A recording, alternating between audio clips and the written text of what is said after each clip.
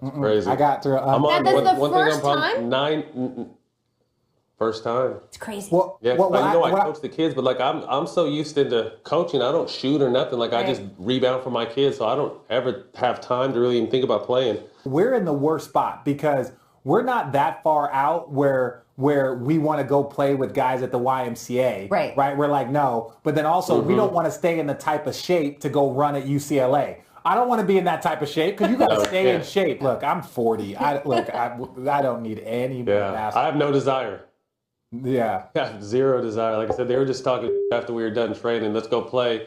And I happen to have some shoes. I just wish I didn't have shoes in my trunk yesterday. I threw them out. Your guys are a little bit older. So like my guys are 3 and 5. So it's like in 10 years when they want to go to the park and like hoop, Right. I'm going to be 50. I'm like, I'm not messing with y'all. So that window is closed. I thought you were 50 now. Right. 40, about to be 41. If you want to know the conversations that happen during commercial breaks, that was during a commercial last Mics are always week. hot. Mics are always hot. Oh, that's great. It's real. Oh, man. Matt and I have been playing against each other since 15, 16 years old. Like his California team with Deshaun Stevenson, Carlos Boozer, they were loaded. And we were the little Arizona No, and then Rich came on the scene and dominated. Yeah. Very impressive. They're just because they didn't know me. That was it. No pickup, apparently, after this show. That's the breaking news. All right, guys, it's time for Bring It. The ball deserves to go in the crowd after a bull move like that. I think it's bull. I just thought it was bull. Don't give me that crap!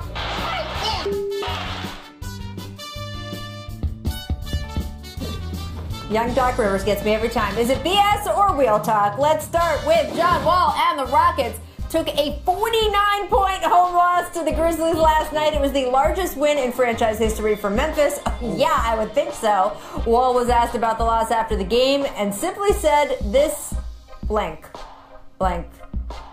terrible. I'm not gonna say any of it because I'm not getting fined like Marshawn Lynch. Yes or real talk? That's 100% real talk. Real talk. I think this team, after James left, they wanted to show that they're a worthy team. It can do, and they played well for a little while. But I think reality set in. Christian Wood's injury, departing with DeMarcus Cousins. Mm-hmm. Don't be surprised if this is a completely rebuilding mode post trading deadline because you can still get some from Victor Oladipo. A lot of teams are talking about PJ Tucker. This team can look completely different at the end of the trade deadline. I think that they are one of the teams that could be really terrible down the stretch, but make the postseason next year. Right? I think they are. I think you get Christian Wood back. He has a summer. They can build out. They can get some assets for some of these guys that a lot of people want. You're going to get a top 5 draft pick, and then all of a sudden you could be out of rebuilding mode. So I think Houston's still in the spot where this is just could be a small window of terrible basketball, and then they could be back next season. I love that Wall has bounced back, though. I'm just happy for him individually because he's been through so much the last 2 years as far as trying to get his body back on the court. Absolutely. And your point about the trade deadline is interesting because this is a year with the play-in tournament. You have more teams that are going to at least stand pat. Even if they're not buyers, they're not going to be sellers because they think they can get in at least to a play-in game. And you have teams, frankly, especially in the Eastern Conference, who have not been in the playoffs in a long time. So getting that play-in spot means something to them. So they're not going to be sellers in the same way. So if you're Houston and you can be a seller, and Woj reported over the weekend that Victor Oladipo turned down a contract extension. So he's an expiring and is definitely someone who you might see moving out there. They could be in an advantageous position because there's not going to be as many sellers out there, which means and Tucker's been waiting on his new contract for 2 years and it hasn't happened, so he's not happy either. So we'll see what happens. All right, let's move on to the Warriors because also got blown out. Lakers did that last night. Steph Curry was asked after the loss. He's well aware the Warrior championship run has made them a target. Take a listen. We have to remember, even when we're playing well, we won 3 in a row. Teams still want to beat us and beat us bad. They still have, a lot of memories from the last 5-6 years. Just want to clarify there. He meant games, not championships. 3 in a row. BS or real talk? Real. This is the realest talk I've heard in a long time. I mean, people took that dynasty run personally because they were stomping on people and taking names that whole entire time and dancing and celebrating and winning championships.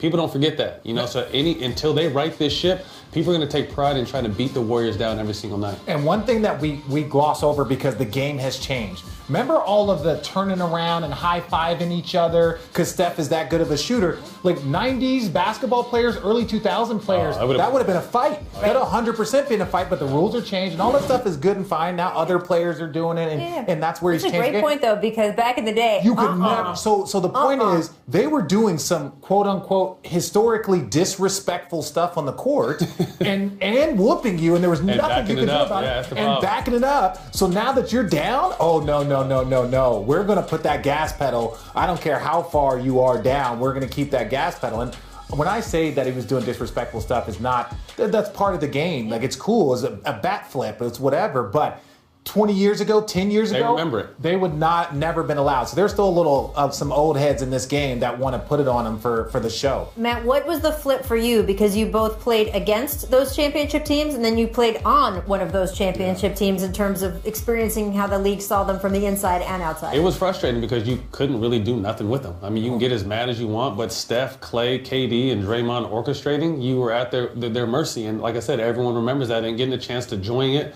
and see it, it's even funner being on that side. Well, of course it is. Yeah.